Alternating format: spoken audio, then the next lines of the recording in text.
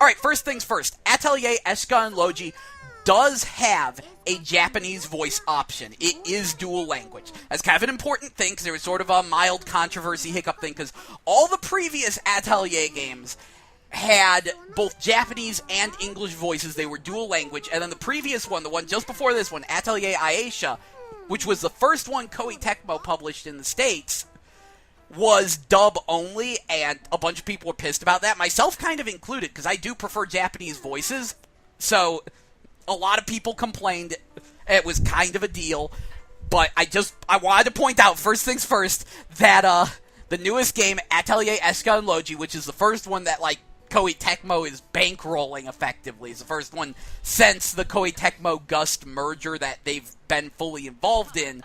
This one is dual language. I point this out because I think it's important to recognize when companies learn from their fucking mistakes. I actually have a friend, not making this up, who's still pissed at Atlus because of the Ice Queen incident. Yeah, back when Persona 1 was first released in the States on PS1, it was the first game the Shin Megami Tensei series released here, they changed a few character designs, and they effectively cut out half the game, because there's this big branching point called the Ice Queen quest, which changes, like, the rest of the game. It was completely cut, probably because it was too damn much work, and yeah, it was a big mistake they made. I think they got more complaints than people who actually bought the game, to be honest. And ever since then, I think Atlus has been gradually turning over a new leaf until now they're one of the best companies for releasing Japanese games in the States, and I absolutely love them. In fact, they even re-released Persona 1 on PSP, unedited, and on the back of the box, they advertise, now with the Lost Ice Queen quest. I think they've fucking repented. This guy's still mad at it. He's still mad at Atlus. And you know what? He's still mad at Funimation. He complains every time Funimation gets their hands on the rights to an anime because of the edits they made to Dragon Ball Z more than a decade ago to get it on American television. You know, the whole send them to another dimension, I can see their parachutes, good thing the city was evacuated because it was a Sunday, because that's totally a thing we do on Sundays, is evacuate the cities. He's still mad about that. Yo, you just can't win with some people. But the moral of this story is, what the fuck is the point in complaining about the mistakes a company makes if you don't forgive them when they correct their mistakes and learn from them? I think Koei Tecmo does a very good job of learning from their mistakes, like Ninja Gaiden 3. Yeah, they learned from that mistake. Believe it or not, that game was them trying to cater to a Western audience. I shit you not. There's an interview where the guy says that was what they were doing with that game. When they made it easier, when they made it more about story and the stupid things they did with the story, that was to appeal to a Western audience. And in doing so, he ruined everything the Western audience liked about Ninja Gaiden. You see what I mean? This is what I mean when I say Japanese companies shouldn't even try. Just cater to Japan. And ever since then, they've been doing that. The way the guy put it was, we need to stop trying to make hamburgers and just make some damn good sushi, because some people want damn good sushi. And thank you for making damn good sushi. Koei Tecmo is actually quickly becoming one of my favorite companies, I realized. And here's the weird thing to think about. They're probably one of the most successful Japanese video game companies right now. Think about it. I mean, it's almost entirely because Dynasty Warriors is the Japanese equivalent of Madden. Man, Japan has such a better Madden. But seriously, Capcom is short on cash. Square Enix isn't doing that hot. Nintendo is having some financial troubles. And Koei Tecmo is doing great. And what are they doing? Well, they're releasing very Japanese games made to appeal to a Japanese audience and releasing them on to the States on the kind of sort of cheap, not like half-assing it, but they're not. How do I put it? they're not overdoing their US? I don't even know. Forget I said that. Point is, they're releasing their game, they're making their games for Japan, and then they're releasing them in the States. And it's clear they understand how fucking budgeting works. Like, I don't think they've produced anything I would call a AAA game, but the more I think about it, the more AAA games are just overrated. I mean, what defines a AAA game? The budget? The sheer number of companies that have to be involved in order to get the game made? The quality of the graphics? The length of the cutscenes? What define? Why don't we just have a good-ass game? And that's what Koei Tecmo's been doing, and surprise, surprise, it's been working out for them. In fact, I literally just realized, they're releasing 4 games this month. We had Atelier Escha Logy at the beginning of the month. Tomorrow, Yaiba Ninja Gaiden Z comes out. And then Dynasty Warriors 8 Extreme Legends, which is the only one of these games I'm not buying, and only because I don't pick up the Extreme Legends games. I need to look into it. Maybe it'll be worth purchasing this time, because I do love Dynasty Warriors. I'd never pick up the Extreme Legends ones. And then at the end of the month, and this is the biggest surprise to me, they're releasing Tecmo's Deception 4. They made a new Deception game. It's getting a boxed release. Technically, this is the funniest thing. It's the 5th game in the Tecmo's Deception series, and technically in Japan it's called Kagero 3, so it's Deception 2-3. So it's not Deception 4 in any sense of the word. If you're wondering, Kagero 2, Deception 2-2, was released in the States as Trapped, which is why they're doing this. By the way, Trapped, if you're curious for some reason, is available on PSN as a PS2 classic if you want to download it. And if you're wondering what's up with the Japanese naming, for some reason all the Deception games have different names. Like, Deception 3 in Japan is called Somato. I think that was the name. So, whatever. They're clearly all part of the same series. I don't know why they're not more series-ified in Japan. It's funny, I was just thinking about how much I wanted a new Tecmo's Deception game, and then all of a sudden, boom, they're like, hey, here's one coming out in 2 months, and now it's almost here. And then, here's the big thing. On March 26th, Marie Rose hits home consoles, which is the arcade-exclusive DOA 5 Ultimate character. Yeah, they're going to be releasing her along with a patch for DOA 5 Ultimate, and I'm super pumped about that, because new character, looks like a load of fun to play, and I don't have to buy DOA 5 Ultimate Arcade Edition to get this character. They actually fucking understand how DLC works. Now, there's a few people who are angry because earlier they made a claim that they would never charge for characters and stages, things that would drastically alter the game. And we think they might be charging for Marie Rose. Like, they've said the character is like $6. However, remember, there's that free-to-play version where you purchase each character individually, so that could just be for that. But even if they are charging $6 to get Marie Rose, here's the thing, it'll be part of an update, so you won't have to buy Marie Rose in order to play against her. And personally, I would much rather spend $6 to buy a new character than have to purchase a fucking arcade edition. Speaking of which, when this happens, they're releasing a new character in arcades called Phase 4, who's another Kasumi clone, and I hope they can keep this up. Like, it's kind of a lame character, but still, I like the idea of release a new character in the arcades, and then a few months later, when you have the next new character done, you release the previous new character to home consoles and release the new character to arcades. The question being, can they expand the character roster? Like, just visually. Like, graphically, can they make space to put in more characters? Could they infinitely add characters? Or will they actually run out of room? I hope they can. I hope they don't fall off the wagon the way Arc Systems Works did. Because when they did BlazBlue Continuum Shift, they actually updated it with all the new characters that they released as DLC.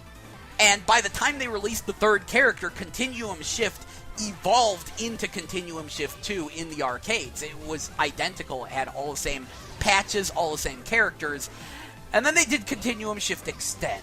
I might have had those names flipped around. I can't remember which one was which. But then, you know, instead of continuing to update, they were just like, no, here's another boxed release that you have to purchase. And I'm like, fuck you, I don't want that character. I don't want to have to buy another boxed release just to be able to play competitively against people, because everyone's moving to the newest release, even though it doesn't contain any characters that I care about. At least the next one, which is also this month. I forget what it's called.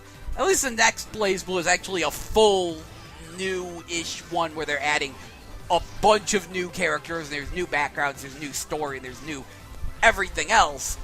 But still, I really wish they could have just updated it. And that's, honestly though, getting back to Koei Tecmo and how much of a hard-on I have for them right now, they really get DLC though.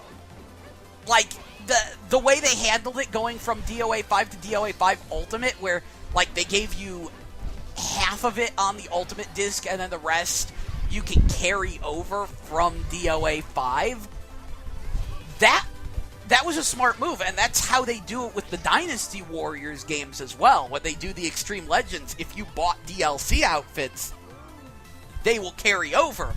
And I had a friend of mine who, when I talked about this and how happy it made me, he was like, you realize you're applauding this company and patting them on the back and praising them to the high heavens because they're doing what they're supposed to do. Because they're not fucking you over.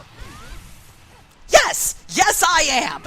And that's the saddest thing to think about, is the fact that just because I'm not being fucked is enough reason to praise Koei Tecmo. Because they get how DLC works, they understand, it is the saddest thing, and it does really represent the state of gaming. Anyway, oh my god, I rambled on for ages. The original... But I will get back to you guys on how Atelier Escha Logy turns out. I keep wanting to call it Atelier Escher Logy, but so hard to pronounce that right. Atelier, it's French. It is actually. But I will let you know. I will try to let you know how the game turns out when I get further into it. It's kind of a slow game, and I've got work. But I'm starting to get into the groove, and it's starting to pick up. But the original reason I did this, doing this episode, I realized I've actually been releasing a new video, whether it's a Gels Game Archive or a Metable or an actual legit review that I put time and effort into. I've actually been releasing one a week recently. I noticed that, and I'm really proud of myself and patting myself on the back. I'm going to try to keep that up.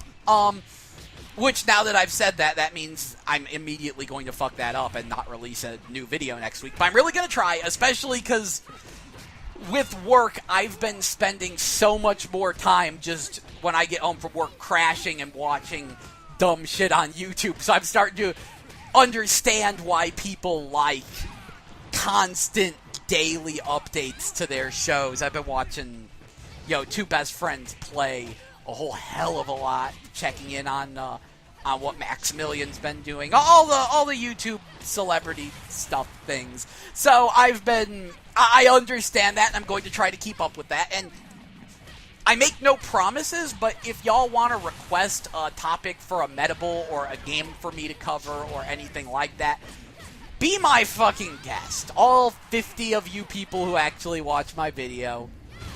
I'd love to hear what y'all want to see, and I'll see what I can do about making it happen. So go ahead and throw me requests. I don't have that. I'm not going to get flooded with requests or anything.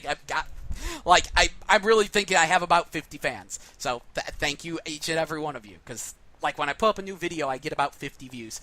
Anyway, moving on, other things I've been doing recently. I rented Lightning Returns. I had actually initially bought the game, and then I played the demo. I got cold feet. I played the demo, and I was like, what's GameStop's return policy? Right, as long as I keep it in the wrapper and I have the receipt. All right, let's play the demo. Yeah, yeah, I'm gonna return Lightning Returns. Lightning got returned! And I picked up the One Piece 3DS game that I honestly haven't cracked into yet.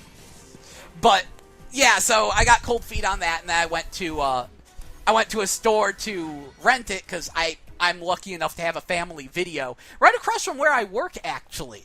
There's a place called Family Video, which is like the last remaining video rental chain, and they're actually pretty awesome. Like, if you have a Family Video in your area, I highly recommend checking them out, because they understand their place in the rental-verse.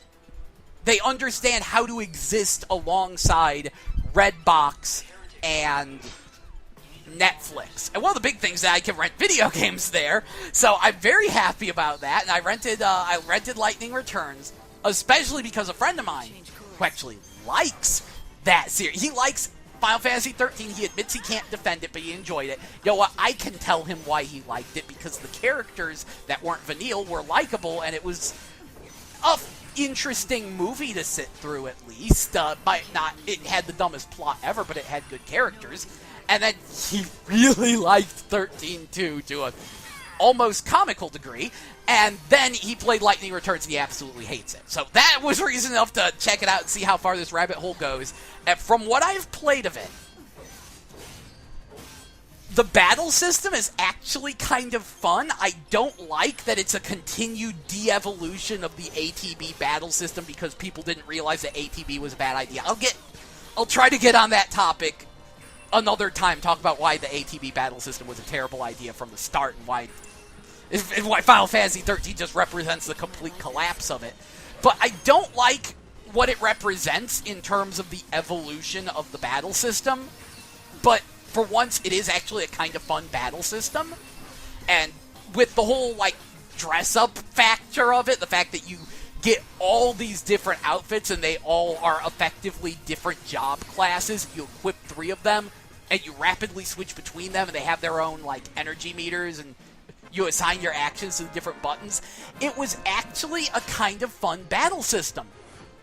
And I was actually like, hey, and I get to equip different moves and stuff?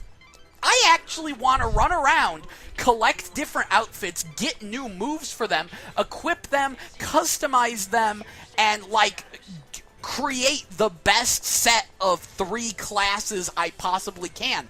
I actually want to explore this world and level grind by doing random battles. I'm actually kind of interested in the plot, because I rewatched the ending of 13-2, and when I realized that the god they were serving was named Bunavelza, I was like, oh. And the heretics are worshippers of Etro? Something ain't right in Denmark. We are so on the wrong side. I am curious how this is going to turn. Even though I know what the ending is, and it's another bad ending. All the games in this series have terrible endings. Gotta keep up with tradition. I'm actually kind of interested in this. I want to see how it turns out, and I want to explore the world, and I want to get into fights. So of course the game doesn't let me do that. Here's the thing, you don't get experience from doing fights. That's right, you get experience from doing fucking fetch quests. Fights are just there to get in your way and waste time, and as such you're supposed to avoid fights, because here's the other thing, the game is on a time limit. A real-time time limit.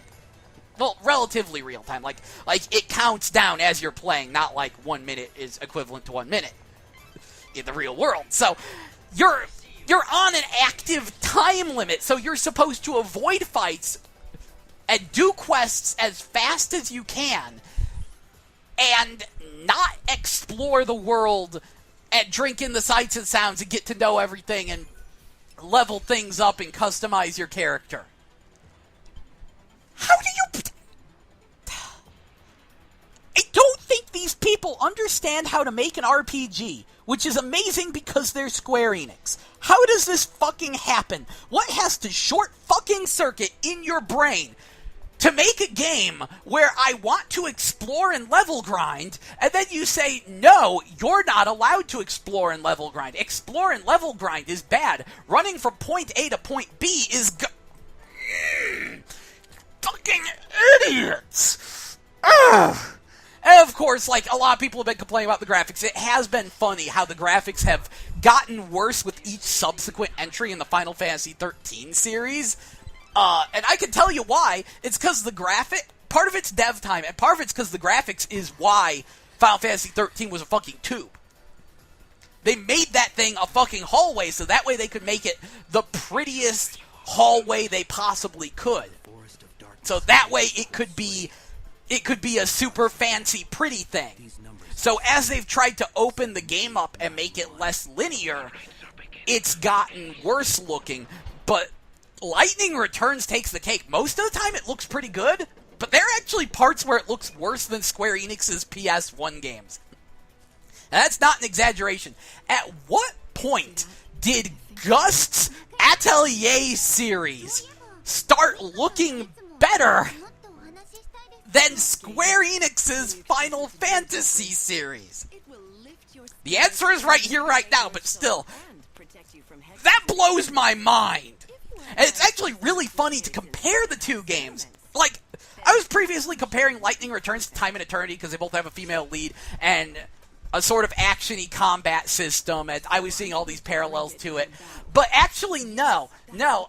Comparing it to Atelier Escha Logy, actually comparing it to any RPG is great because, like, a lot of people, the few fans Final Fantasy XIII has, Lightning Returns is entirely side quests, and they're like, you people wanted the game to be more open and have more side quests. Well, here's a game that's nothing but side quests. Why are you angry about that? It's like, because they're doing it poorly. So it's actually very educational to compare it to other games. And Atelier Escha Logy is interesting, because that game is also just doing boatloads of side quests while on a timer as well. The difference? The timer in Atelier Escha Logy is turn-based. Every time you do an action, it consumes time. Oh, there's sparkly on the ground, you want to look at it? That's going to consume a little time. You get into a fight, that's going to consume a little time. You move from one point to the next, that's going to consume a little time. But you can take as much time determining how you want to spend your time as you want. Which is actually smart and well thought out. On top of the fact the game makes a ton of accommodations for convenience sake, which makes the side questing, like, not a hassle and enjoyable. You can, like, teleport to exactly where you need to be, which is why they pile on the side quests. Because you can complete so many side quests so fast because it's so convenient that, they give you a ton of them. It works out so much better. It's such a better game. Honestly, I'm still surprised at how good Atelier Escha Logy looks. Like, they animate stiffly. Sometimes the mouths glitch out, and the environments basically look like well-textured PS2 games, but they look good. Those are good textures, and the characters, people. This is what cell shading is here for. This is why we have cell shading. This is what I mean when I say I'm a cell shading connoisseur and I get pissed off at bad cell shading. This shit right here. Honestly, I gotta be honest, it kind of looks better than Titanfall. That was the other thing I picked up. I picked up Atelier Escha Logy at the Titanfall midnight launch. I was like, fuck it, give me Titanfall. I mean, yeah, it's a first-person shooter, but hey, it's got giant robots, and I need something to play on my Xbox One. And I was actually kind of shocked at how unimpressed I was with the graphics. It doesn't look bad. It's not as good looking as you'd think for a next-gen game. It's a little weird. I was like, well, I legitimately feel Atelier Escha Logy looks better. Like, Titanfall looks kind of grainy and kind of jaggy, and the textures aren't bad. They're super high quality, but it doesn't really look nice. It's really weird. I will say Titanfall is pretty fun. I was very disappointed. I wasn't paying any attention to the game, so I was very disappointed to find out that it was online only, that the campaign is an online multiplayer versus thing that honestly, it's really hard to follow the campaign from what I've played of it. I kind of prefer the way it worked in mine, Jack. Even. Oh, that's mean. So I was disappointed in that, and I had some interesting misadventures. The first time I started the game up, it actually crashed on the company logos, but it is actually a pretty fun game. They do the thing I have to applaud about it, it's the stupidest thing. They do a good job of making people who suck at first-person shooters not feel like they completely suck, while not, like, giving them the game. It doesn't Mario Kart this shit, nor Mario Party it. What it is like there's tons of little stupid AI bots that you can kill, and they're dumb as shit, they're easy to kill, but they do get you points, like, for your side, so, but not as much as, like, killing an actual player. And what's more, the Titans are on a timer. So, and like, if you do well, the timer will speed up and you'll get your Titan faster. But even the worst player who cannot play will get to use their Titan at least once, probably twice per match. So everyone gets to go into super mode and be a super awesome giant robot badass at least once. So I do like that. It is actually a relatively enjoyable game. They draw out. It takes way too long to. They shouldn't have withheld custom classes. That really pissed me off. And it wouldn't be nice if they'd highlight the class I picked so I knew that I picked it. Because knowing if and when I can select my classes was a little baffling at first, because it doesn't do a good job of telling you that you selected a class, probably because it completely throws away classes later on and just lets you customs, but even then, it's, Point was, a lot of my early experience with the game, I was stuck trying to shoot people with a homing pistol that only homes at, like, super close range, so you'll be dead before you use it. Still, I am actually kind of enjoying the game. Although, I'm enjoying the game, alright? I'm having a bit of fun. I'm not a big first-person shooter guy, but it's turned out a lot better than Halo multiplayer. Oh, egad. I remember when I rented Halo 4, and I tried to play it online. It didn't go so well. Or was it Halo 3? It was Halo 3. I rented Halo 3, I played it online, and it was the worst multiplayer experience of my life. Because the whole thing was me desperately trying to find someone to shoot, and then just falling over and dying. Because I'd just get sniped. So I'd just walk into a room, and I'd be like, where the fuck is everybody? I don't see it. Dead. Spawn in. Dead. Walk 2 steps. Dead. Walk into... like, either I would die almost instantly, or I would spend minutes at a time desperately trying to find someone to kill, only to die fucking instantly. It got really irritating. There's a reason why the only first-person shooter I really like is Time Splitters. No fun with that. Yes, because I suck. I don't play a lot of first-person shooters, alright? I don't dislike them, I'd prefer it if they were Time Splitters. I have weird criteria when it comes to first-person shooters. So, yeah.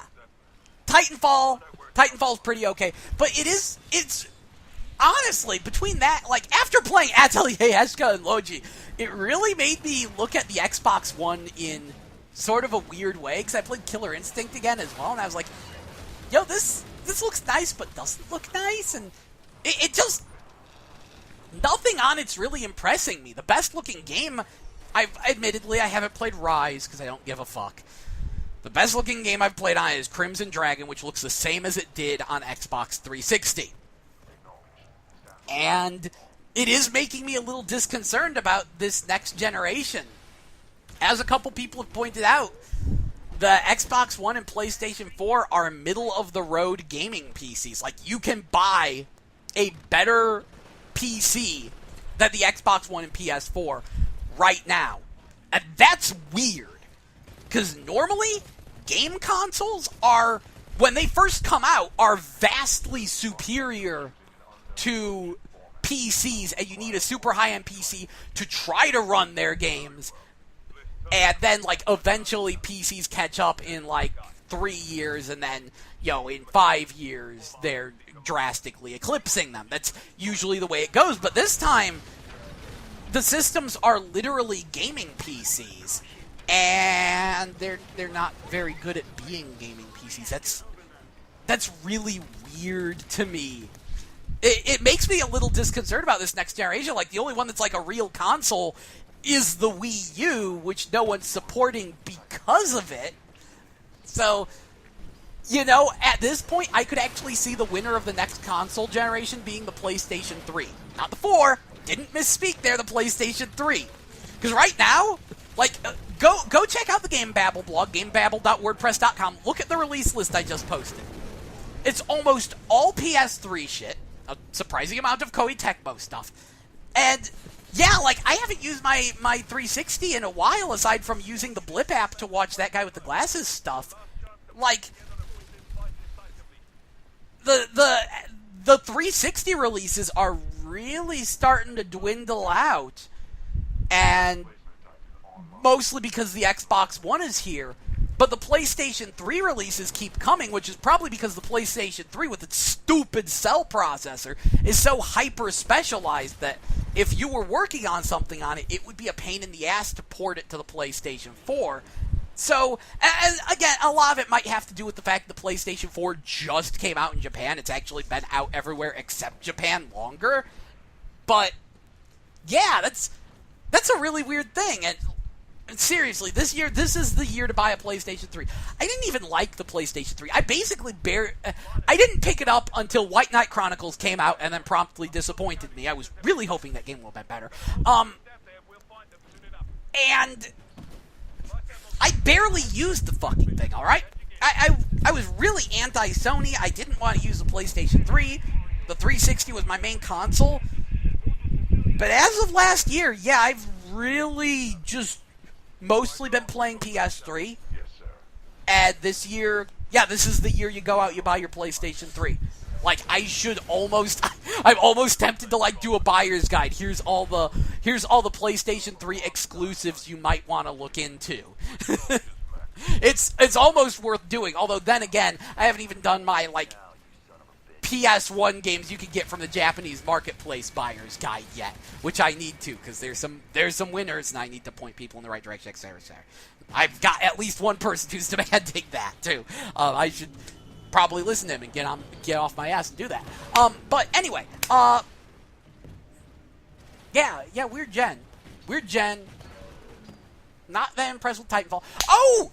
That's the last thing I wanted to talk about. Speaking of Titanfall, one of my friends, Dan Fan, he picked up Titanfall as well, and, like, I'm the only other person who has an Xbox One, and so we were all like, he was all like, who wants to play Titanfall? And I'm like, well, I'm the only person who picked it up, so I guess that'd be me. And so we tried, we tried, eventually did play some Titanfall together, and oh my fuck, it made me realize what a piece of shit the Xbox One was. You see, first, I booted up the system, and I went into Titanfall, and my controller turned off. And it just kept turning off. I couldn't figure out why. I figured it was a bug, because the Xbox One controller will turn itself off very quickly. So I was kind of weirded out, and I was like, what's fucking wrong with this? Well, then I realized, oh wait, I need to change the batteries on the fucking thing. Which seems like the most obvious thing in the world. Why didn't you notice that, Jell? Maybe it's because the Xbox One does not have a battery life indicator. That's right, it doesn't tell you when your battery's low. There is no indicator that I've seen to show you that. And actually replacing the batteries in the Xbox One controller is a pain in the ass. Because the battery hatch, doesn't open all the way. It's on this hinge, and the hinge, like, stops. So you have to sort of sneak the batteries out. Who thought that was a good idea? Like, I appreciate it being on a hinge so I don't lose the thing. But the hinge should open all the way. Is it just my controller? Because Lord knows I don't have a second controller, so maybe that's just me. And then, okay, so I get into the game with Dan Fan, and he's all like, oh my god, join an Xbox Live Party. So I tried to join the Xbox Live Party, which requires me to use a Snap to. And then it just tells me it can't because of network restrictions, which was probably because he was streaming to Twitch and playing the game and trying to talk on the Xbox Live Party. And so that was probably that. He was using the streaming from the Xbox One feature. But then I couldn't get back to the game chat. I could not figure out how. Also, using parties on the Xbox One almost requires you to use Kinect voice commands. This is the biggest fuck up. So much of the system is built around using the Kinect voice commands. Like, you know how you hit the home button on the 360 and that's where you can manage a bunch of crap? Well, now the home button literally takes you home, but your game is like running in a minimized window. It's like the inverse of the home button on the 360. And all the stuff you used to do with the home button on 360 you're supposed to use with the Snap 2, which is a kind of cool feature where it brings up a little sidebar and you can run apps in the sidebar. Problem is, there is no good way to utilize the Snap 2 with the controller that I found. Maybe they patched something in. I think I saw something on the main menu. But it's really fucking awkward. You're supposed to use the voice commands to utilize it. Which I'm sure someone at Microsoft is like, well, this is why you need voice commands. No, you designed a shitty interface that requires voice commands because you didn't think about how to make it work with a regular-ass controller. Oh my fuck, the Xbox One interface is terrible. Parties on the Xbox One are terrible. The lack of a battery indicator is terrible. I am not impressed with the graphics. I literally only own this system to play fucking Crimson Dragon and Killer Instinct. Which Killer Instinct is good, but Crimson Dragon's alright. And a little bit of buyer's remorse there. Fuck this next generation. Anyway, I think I've rambled on for about long enough. This is Gel, and you have been the most literal GameMetabble ever. This GameMetabble, this has just been me rambling. I hope someone enjoyed it, had fun. If not, I'm sorry.